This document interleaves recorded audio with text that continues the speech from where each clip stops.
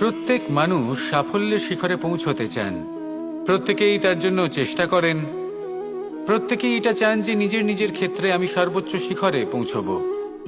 এবার সবসময় আমাদের প্রতিভা পূর্ণরূপে আমাদের সহায়ক হতে পারে না। কখনো কখনো আমরা সেই কাজ একা করতে পারি না। কখনো কখনো আমাদের সাহায্যের প্রয়োজন পড়ে। আর ঠিক এমন সময় বেশিরভাগ মানুষ ভুল করে ফেলেন। আর ভুল হলো এটাই যে কিছু ব্যক্তি এতটাই তাড়াতাড়ি সাফল্যের শিখরে পৌঁছতে চান যে কারোর হাত ধরে পরবর্তী সিঁড়িতে ওঠার বদলে তিনি কারোর পা ধরে ওপরে যাওয়াটাই শ্রেয় বলে মনে করেন।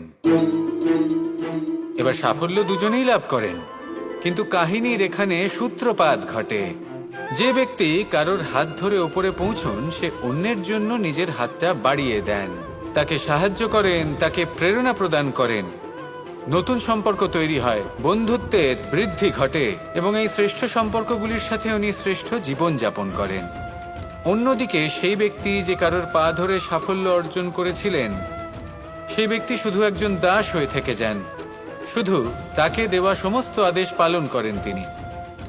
তার নিজের কোনো ব্যক্তিত্ব গড়ে ওঠে না। সেই জন্য আপনি যখনই সাফল্যের পথে অগ্রসর হচ্ছেন তখন পথ নির্বাচন সঠিকভাবে করুন, কারণ সাফল্যের ঊর্ধ্বেও একটি অন্য জীবন আছে। আসুন আমার সাথে ভালোবেসে বলুন রাধা।